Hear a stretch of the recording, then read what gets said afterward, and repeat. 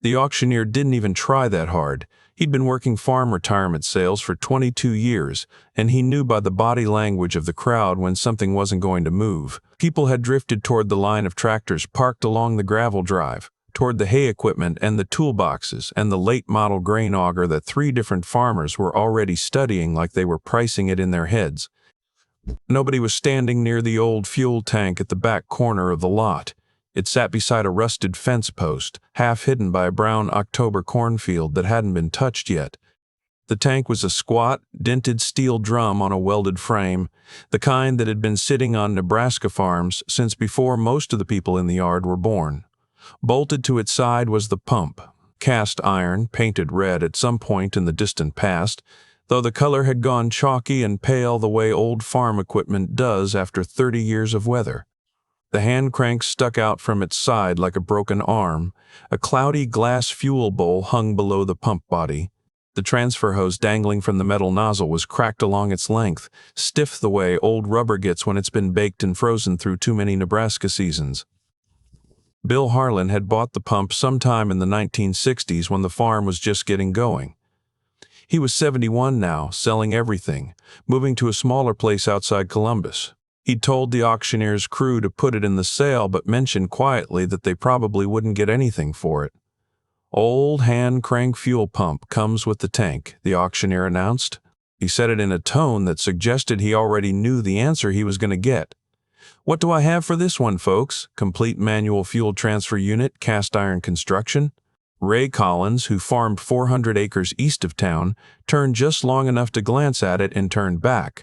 Someone near the grain auger said something that drew a short laugh from the people around him. A younger farmer in a green cap didn't bother looking up from his phone. "Belongs in a museum," said a man at the edge of the crowd. Nobody disagreed. The auctioneer waited. He was patient by profession. A hand went up near the back. Clara Whitaker was standing apart from the main group the way she usually did at these things, hands in the pockets of her canvas work coat, a thermos tucked under her arm. She was 55, not a tall woman, with gray starting to come through her dark hair and the kind of face that didn't give much away. She farmed 340 acres of corn and soybeans east of where the road bent toward the river, the same ground her husband Tom had farmed before he died, 8 years back now. $40, she said. The auctioneer looked at her. He waited a practice 3 seconds to see if anyone would counter. Nobody did. "Sold, $40 to Clara Whitaker." Ray Collins looked over his shoulder. He studied the pump for a moment, then studied Clara, and shook his head the way a man does when he's decided something isn't worth the breath it would take to say it out loud. But he smiled, and the man next to him smiled too, and there was a brief, quiet exchange between them that Clara either didn't notice or didn't care about. Her nephew Mason was standing 6 feet away. He was 25, broad-shouldered, had been helping on the farm for 2 years since finishing up at community college. He liked things that worked well and worked fast. He looked at the pump, then at Clara. "What are we doing with that?" he asked. "Taking it home," she said. They loaded it into the bed of the pickup with the front-end loader from Harlan's tractor. The tank was heavy, even mostly empty, and the pump frame groaned when it settled onto the truck bed. Mason drove. Clara sat with her thermos in the passenger seat and looked out the window at the harvested fields going by, brown and flat under a pale October sky. "I'm just asking," Mason said after a few miles. "Is it for something specific?" "It is." He waited for more. Nothing came. He glanced at the side mirror at the old pump riding in the bed, its cloudy glass bowl catching the gray light. "It leaks," he said. "I could see the old stain on the tank below the gasket." "It did leak," Clara said. "It won't after we fix it." Mason let that sit. He'd worked alongside his aunt long enough to know that she didn't make random purchases and that she didn't explain herself before she was ready. He also knew she'd spent 11 years behind the counter at Halverson's Farm Supply before she and Tom had taken the farm full-time, and that in those 11 years she'd seen and sold and explained more farm equipment than most people who had farmed their whole lives. That counted for something. He just wasn't sure yet what it counted for here. Dean Porter passed them going the other direction in his fuel delivery truck. A white tanker with the Millard County Co-op logo on the side. He raised 2 fingers off the wheel, the way people do on rural roads. Mason waved back. Clara gave a short nod. They'd talked to Dean at the auction briefly before the bidding started. He told them fuel deliveries were already getting stacked up heading into harvest. He had more stops than days. Modern farms all ran electric transfer pumps now, 12-volt units that pulled diesel from the tank fast and clean. Efficient, reliable. Assuming the power was on. Dean had not said that last part. It hadn't come up. Clara set the pump up behind the machine shed the following afternoon. On a gravel pad she'd had Mason level off with the box blade 2 seasons back. There was already a backup diesel tank out there. A 205-gallon tank she'd been keeping a third full as a reserve. She had Mason unbolt the old hand-crank pump from Harlan's rusted tank and remount it on a steel frame she'd had welded up at Delbert's shop outside of Lee. Clean frame, solid base, set at the right height for the suction line to reach the bottom of the backup tank. Then she started on the pump itself. The glass fuel bowl came off first. It had a thick ring of old diesel residue coating the inside, almost amber-colored, and a hairline crack along the base that she hadn't been sure about until she held it up to the light. She cleaned it carefully, found the crack sealed itself under the old gasketing compound that had been there for decades, and decided it was sound. The rubber gasket at the bowl's base was another story. It had gone hard, compressed flat, lost its elasticity completely.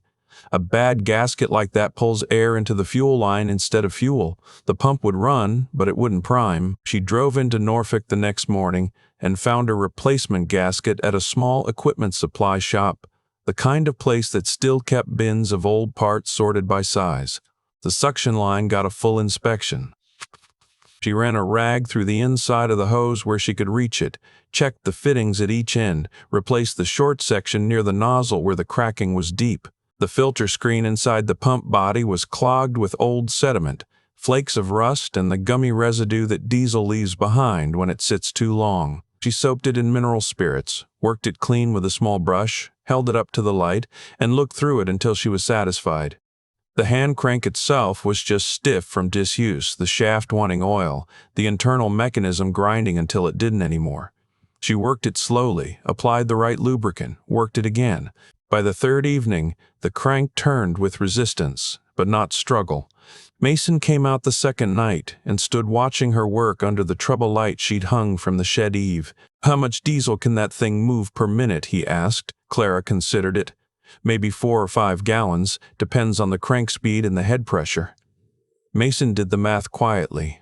A combine running hard burns somewhere between 5 and 8 gallons of diesel an hour. A grain truck guzzling through a long harvest day wasn't much better. At 4 gallons a minute, fueling up wasn't going to be fast. It was going to be slow, and it was going to take some effort from whoever was on the crank. "So it's slow?" he said. "We do." He waited, and she let him wait, and eventually he said, "I still don't see the point." She set down the wrench she'd been using and looked at him steadily. Not annoyed, not explaining herself like she owed him an explanation, just deciding what was worth saying. "Slow still beats empty," she said. Then she went back to cleaning the filter screen. The corn came down slow that year. A wet summer had pushed the moisture levels higher than anybody wanted, and by the first week of October most of the county was still watching and waiting. The combines were serviced and ready. The grain bins stood empty. The elevator out on Highway 91 had extended its receiving hours, 7 in the morning to 9 at night, anticipating the rush. But you couldn't beat wet corn into dry corn, and so farmers watched the forecast and checked moisture meters and waited. The windows started to open around October 18th. 3 days of dry wind came through and dropped field moisture levels fast. The radio was reporting favorable conditions through the 23rd, before a low-pressure system was due to push in from the northwest. Strong winds behind it, possible rain, the kind of late October weather that could end a harvest and leave standing corn to face an early freeze. Ray Collins got his combine running on the 19th. So did most of the farmers in the county. The roads started getting busy. Grain trucks lined up at the elevator before 7 in the morning. Fuel delivery schedules backed up fast. Dean Porter was running his tanker truck from before dawn until after dark, and he still had farms on the list that were going to wait 2 or 3 days for a delivery. Clara had Mason fill the backup diesel tank that Monday, topping it off from the co-op bulk fuel stop in town. 240 gallons before the rush hit. They started their own harvest the 20th. Clara on the combine, Mason hauling with the grain truck. The corn was making decent yields, not a record year, but solid. The combine moved through the rows steadily, and the days started early and ended late, the way harvest days do. That Friday, Clara tested the hand crank pump. She primed it first, filled the bowl, checked that the suction line was submerged in the backup tank, opened the nozzle valve, then she started cranking. The handle turned with that low grinding resistance, the sound of a machine being asked to work for the first time in years, and nothing came from the nozzle. Mason stood nearby with a 5-gallon can. 10 seconds, 15. The nozzle stayed dry. "It's not priming," he said. Clara kept cranking. Her eyes moved to the glass fuel bowl, watching for movement inside it, watching for the first sign that the suction had taken hold. Nothing yet. The crank was hard on the arms. Mason shifted his weight. 20 seconds, then the fuel bowl flickered. A dark line rose along the glass, uneven at first, stopping and starting. The nozzle dripped, then it sputtered. Then, at about 25 seconds, diesel came out in a thin stream that quickly widened and steadied into a consistent, unbroken flow. Not fast, 4 gallons a minute, maybe a touch less, but steady. Clean fuel coming through the cleaned filter, through the sealed bowl, through the new hose section, out the metal nozzle without a leak anywhere along the line. Mason held the can under the nozzle. He watched the fuel run. He watched the pump do what it was doing, which was nothing remarkable, just moving diesel from one place to another without electricity, without a 12-volt motor, without anything more complicated than a hand on a crank. He stood there for a full minute before he said anything. "It's not impressive," he said finally, "but it works." Clara closed the nozzle valve and stepped back. "Keep it primed," she said. "Check that bowl level before harvest every morning." He checked it every morning after that, without being told twice. The windstorm came in Saturday night. The forecast had it right, more or less. The system moved faster than expected, which is the thing about late October in Nebraska. The low that was supposed to arrive Sunday afternoon showed up while most of the county was asleep. Wind out of the northwest, gusting to 50 miles per hour, temperature dropping fast. The power went out sometime around 2 in the morning. Rural power lines in that part of eastern Nebraska were old. They ran long distances through open country on wooden poles that had been standing a long time. Strong wind and a few downed trees and a section of old line was all it took. When the lights went out on Clara's place, she lay awake for a few minutes listening to the wind, then got up and looked out the window.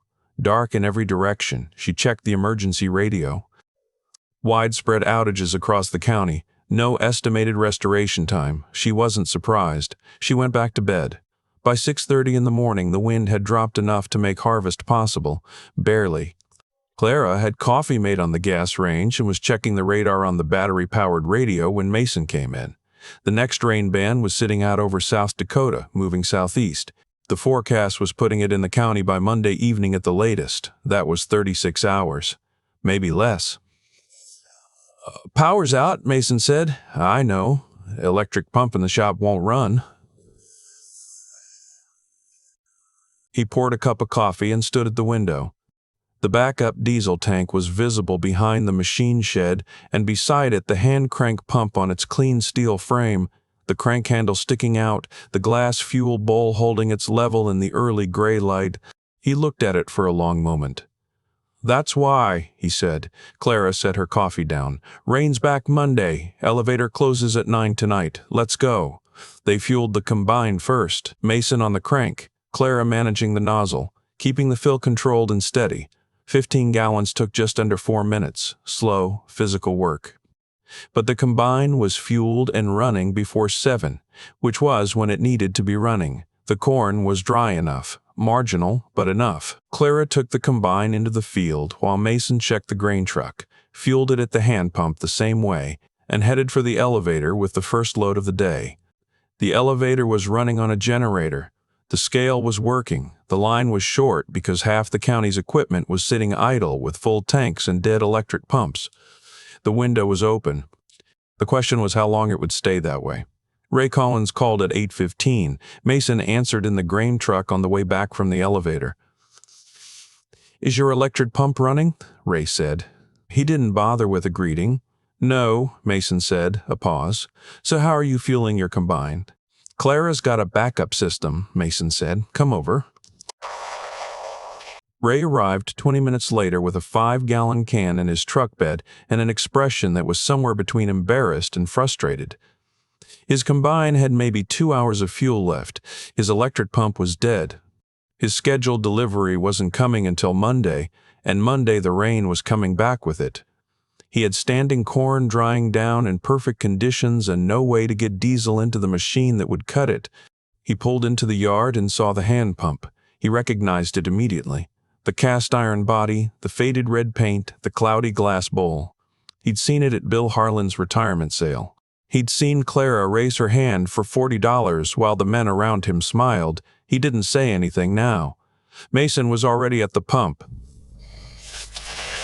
"You crank," he told Ray. "I'll handle the nozzle." They worked through Ray's cans one by one. Ray's arms went after the second can and Mason took over the crank without comment. The fuel ran slow and steady into each container. 20 gallons took close to 6 minutes of solid cranking. Not fast, not elegant, completely unglamorous. But diesel was moving, and out in the county there were farms with full tanks where nothing was moving at all. Ray loaded his cans and looked at the pump for a moment. "A full tank doesn't help if you can't get the fuel out," Clara had said that morning, not to Mason, not to anyone in particular. Just speaking a thing she knew to be true while she watched the radar and thought about the day ahead. She'd said it the way a person says something they learned from watching enough harvests go wrong in small, quiet, logistical ways, not from one big, dramatic failure, from the accumulation of small ones. Ray drove out without much more than a nod. That was fine. He had corn to cut in about 30 hours to cut it in. Dean Porter pulled into the lane around 2 in the afternoon. He'd been running since before sunrise, radio busy with farms calling in, trying to reach everyone he could. He had his truck, but he couldn't be everywhere. He'd heard on the radio chatter that someone out this way had hand-pumped fuel through the outage, which sounded strange enough that he took the detour. Clara was still in the field. Mason was at the elevator with a load. Dean stood alone in the yard and walked over to the machine shed, and there was the pump. He studied it the way a man studies something he's seen 100 times and never really looked at. The cast iron body freshly painted. The clean glass bowl with the fuel level visible inside. The new hose section running to the metal nozzle. The suction line disappearing down into the backup tank below. He opened the nozzle valve slightly, watched a thin thread of diesel appear, and closed it again. He'd delivered fuel to farms for 16 years.